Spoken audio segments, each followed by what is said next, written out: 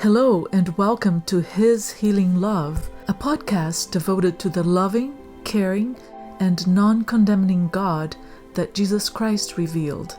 Here we will share with you, among other things, readings from Dick Winn's devotional published in 1986 called His Healing Love.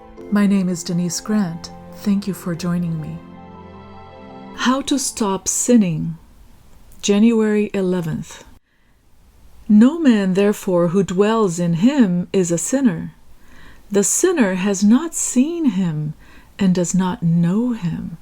1 John 3:6 NEB. We may approach today's text at least two different ways, depending on our understanding of the meaning of sin.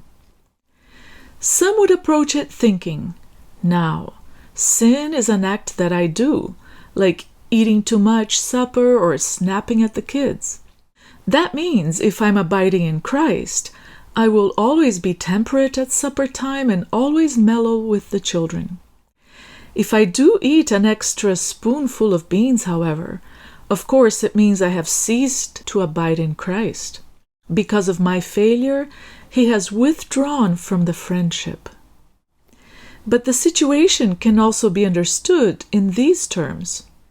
Sin is, after all, living apart from Christ.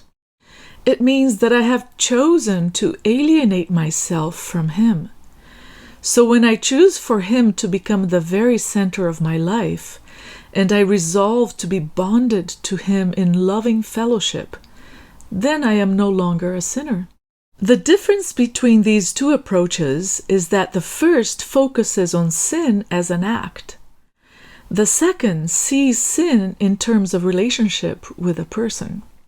But which one did John have in mind when he wrote the passage? The second part of the verse couldn't be more explicit. The sinner has not seen Him and does not know Him. No wonder he is a sinner, one alienated from God. He doesn't even know the one who wants to be his finest friend. How then do you stop sinning? Do you concentrate real hard on how much you are eating? Do you bite your tongue when the children have pushed you up against the wall?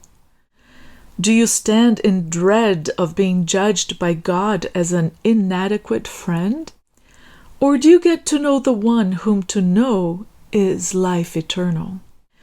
The exciting thing is that this second alternative is the one that really works in changing our actions.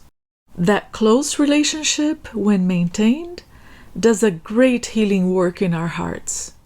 Those who are made secure by God's unconditional love no longer need to defend their parental image by snapping at the kids.